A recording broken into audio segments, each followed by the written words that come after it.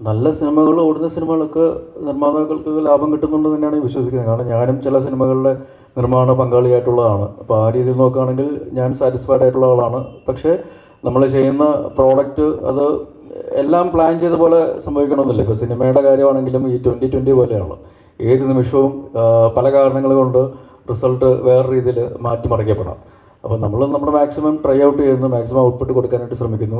പിന്നെ ഒരു സിനിമ എന്ന് പറയുന്നത് ഒരുപാട് ഘടകങ്ങളിൽ ഡിപ്പെൻഡൻ്റ് ആണ്. ചിലപ്പോൾ ഒരു മഴ വരുമ്പോൾ ആ ഒരു ദിവസത്തെ കളക്ഷൻ എന്ന് പറയുന്നത് വളരെ അധികം ബാധിക്കപ്പെട്ടേക്കാം. അല്ലെങ്കിൽ വേറെ എന്തെങ്കിലും റീസൺസ് കൊണ്ട്, ഇപ്പം പരീക്ഷ സമയമാണെങ്കിലും ചിലപ്പോൾ നമ്മൾ വിചാരിച്ച ഒരു കളക്ഷൻ പോയിന്റ് കിട്ടിയില്ല എന്ന് വരാം. പക്ഷേ അതെല്ലാം ഓവർകം ചെയ്യുന്ന രീതിയിലുള്ള വേറെ മാർക്കറ്റിംഗ് അല്ലെങ്കിൽ ഇൻകം ജനറേറ്റ് ചെയ്യുന്ന പല വേറെ ഏരിയാസ് ഉണ്ട്. അപ്പോൾ അതും കൂടെ ഹൈലൈറ്റ് ചെയ്ത് അതും കൂടെ നമ്മൾ മാക്സിമം എക്സ്പ്ലോയിറ്റ് ചെയ്യാൻ നോക്കുക. പക്ഷെ അൾട്ടിമേറ്റ്ലി നല്ല സിനിമ, ക്വാളിറ്റി സിനിമ, ആൾക്കാരെ എൻ്റർടൈൻ ചെയ്യാൻ പറ്റുന്ന സിനിമ കൊടുക്കുകയാണെങ്കിൽ തീർച്ചയായിട്ടും എല്ലാവർക്കും അത് ഗുണകരമാകും.